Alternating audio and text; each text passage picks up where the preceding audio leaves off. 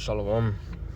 Before I begin, I want to give all praises to Yahweh, Ba'ashem Yahushua, Ba'ashem Rakagodash, and the born city apostles, and others great millstone, and Shalom to the I am teaching this word, to the four corners, and true sincerity. Back on the lesson, to the spirit by Yahweh, Ba'ashem Yahushua, Lord, to be edifying unto the elect. Right, the true name of God is Yahweh, which means he is or he exists. His son's name, who the world calls Jesus, is Yahweh Shai, which means he saves or he delivers. And that's the names that we are supposed to call on. That's the names we're supposed to pray to. And those are the names that we're supposed to give praises unto, all right? His name is not with the letter J, all right? God is not just God, it's Yahweh, all right? That letter J is fairly new, which came out in the 1500s, all right? The 1600s. During that time, so that name is fairly new. So how can that be the name of, all right, you know, the only begotten, all right, the son of God, all right, the son of Yahweh, okay, if he lived 2,000 years ago plus, all right? So, you know, just using that common sense, you should know, all right? And he is a so-called black man, all right? And that matters because, all right, all right, the scriptures talk about it, right? The scriptures talk about him being a so-called black man, all right? And this all should be common knowledge now, because this word has been going out, you know, more, you know, for 40, you know, plus years, all right? 50 plus years, okay? You know, but the topic, you know, of this lesson, you know, is going into how the day of the Lord is the end of the world. I should say the end of Esau's, you know, kingdom, all right? It's the end of it, all right? And when I say the end of the world, I'm talking about the end of an age, because when you go to 2 Ezra 6, and start at 7, it says, "Then answered I and said, What shall be the parting asunder of the times? Or when shall be the end of the first and the beginning of it that followeth?" So, again, asking about the times. Ezra, because same how we, you know, hasten the day of the Lord, the prophets of old hasten the return of the Lord. Even, you know, who was Enoch was prophesying, you know, of the end, how the Lord's coming to, you know, judge the wicked, and how the Lord's going to return with the saints, the angels, all right, to judge the wicked. All right, it says, "And he said unto me, from Abraham unto Isaac, when Jacob and Esau were born of him, Jacob's hand held first the hill of Esau." And this was very, all right, symbolic, representing how we were going to take Esau, Edom, out of his rulership. Because who's the one ruling the earth now? All right, Esau, Edom. And if you don't know who Esau, Edom is, it's like I'm speaking too fast, but if you don't know who Esau, Edom is, that's a so-called Caucasian, a so-called, you know, white, you know, man. All right.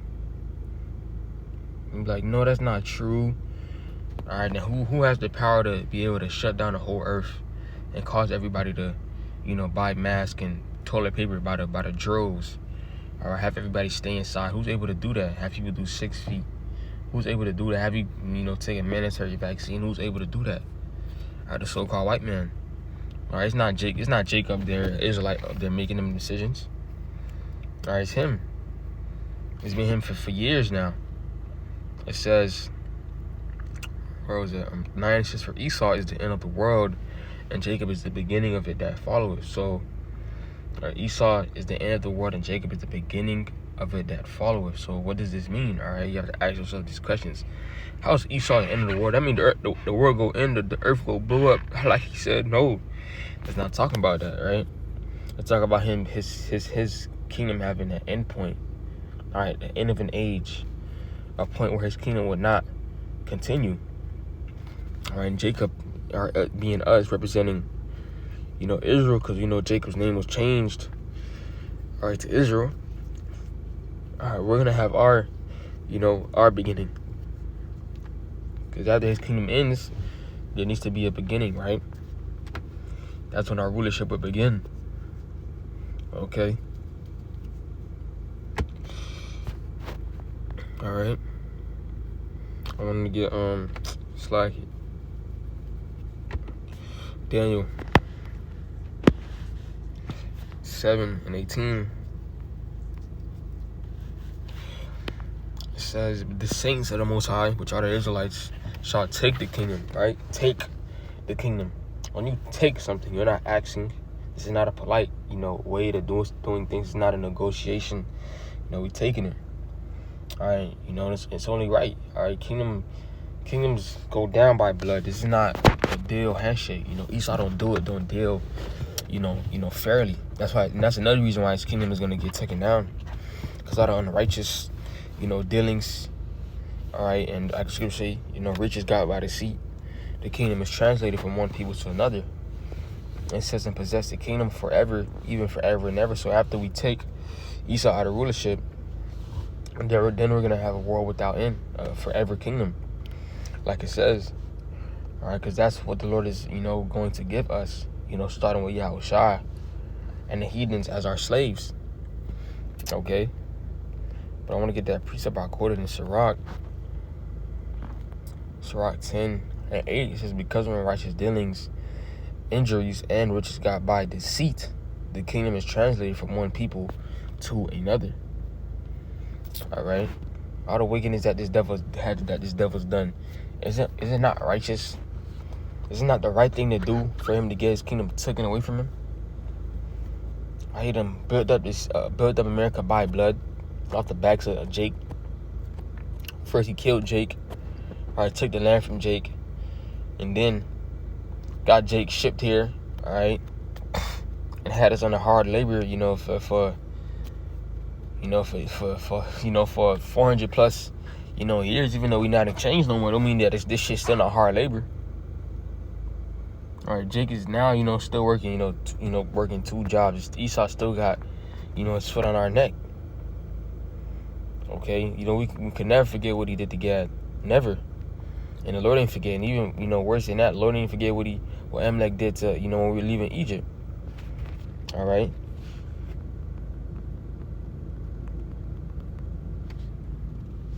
Malachi 1:4 says, whereas Esau, whereas Edom said, we are impoverished, but we will return and build the desolate places.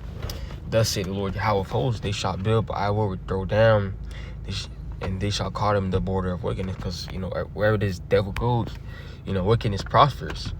And when it says we are impoverished, but we return and build the desolate places, because you had, this devil, all right, he had his, his rebirth of the Roman, there's this revised Roman system. Okay, the Renaissance. All right, and he did build up, right? But the Lord said, even though he done built this great kingdom, he still gonna throw it down. All right, and it says, and the people against whom the Lord Yahweh had indignation forever. All right, forever. Okay, but this is a good precept, but I wanted to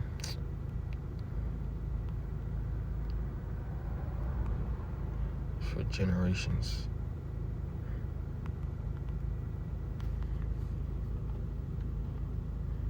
There we go. Exodus 17:16.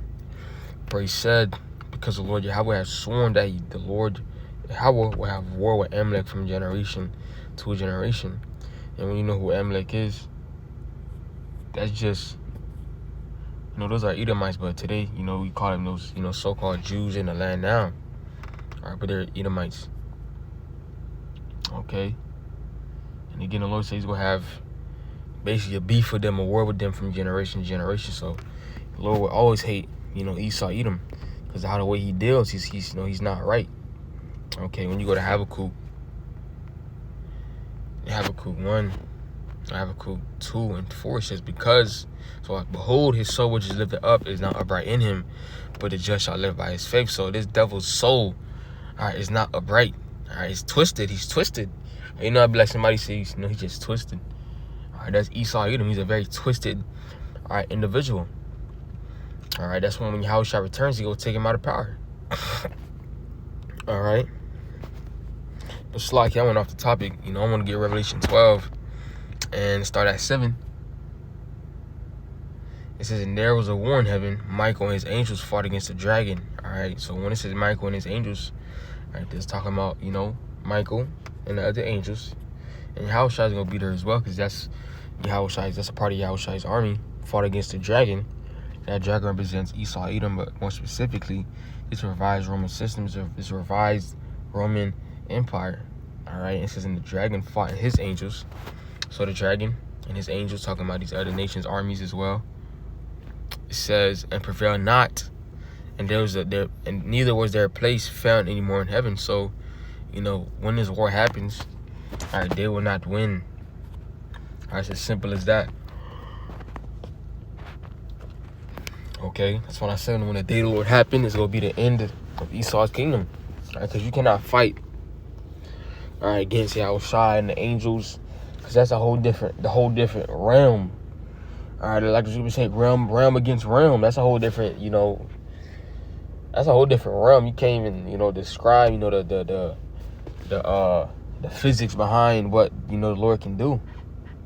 All right, because, Esau, he left up, down, left, right, up, down. All right, the chariots can, do certain things that you can't even describe, can cause things to, phase through it. All right, turn out a dime.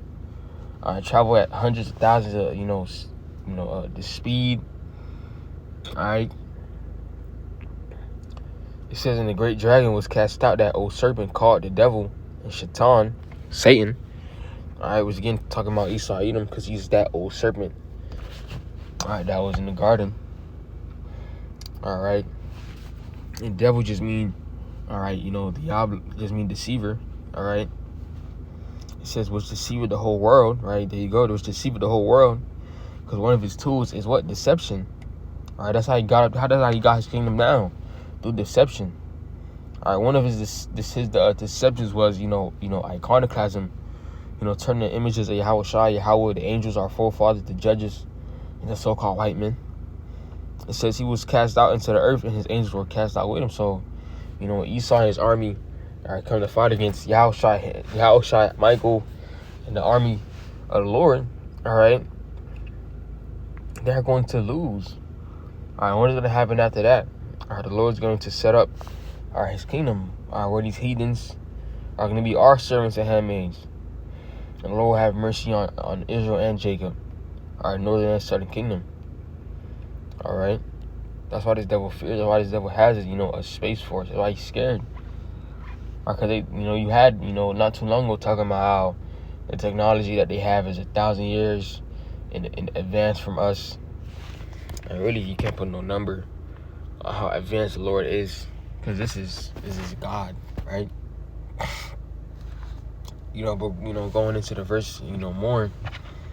All right, this is talking about the loss, of Esau, Edom, after he tries to fight against Yahushua.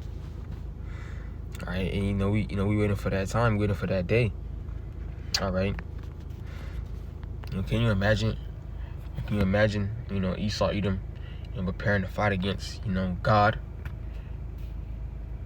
All right. Your first thought should be, he's not gonna win. All right, and he's not. Okay.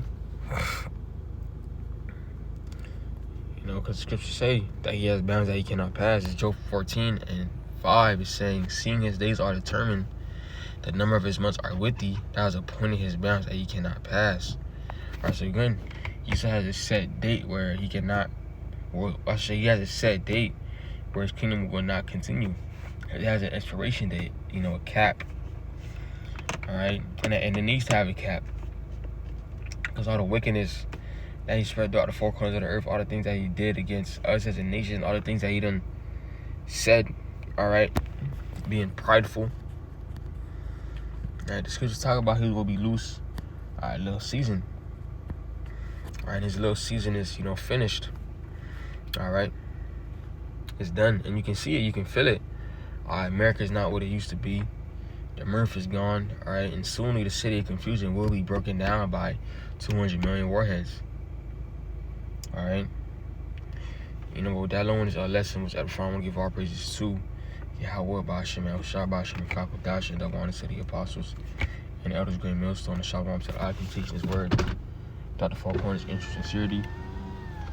Akim, let's out of here. Shalom.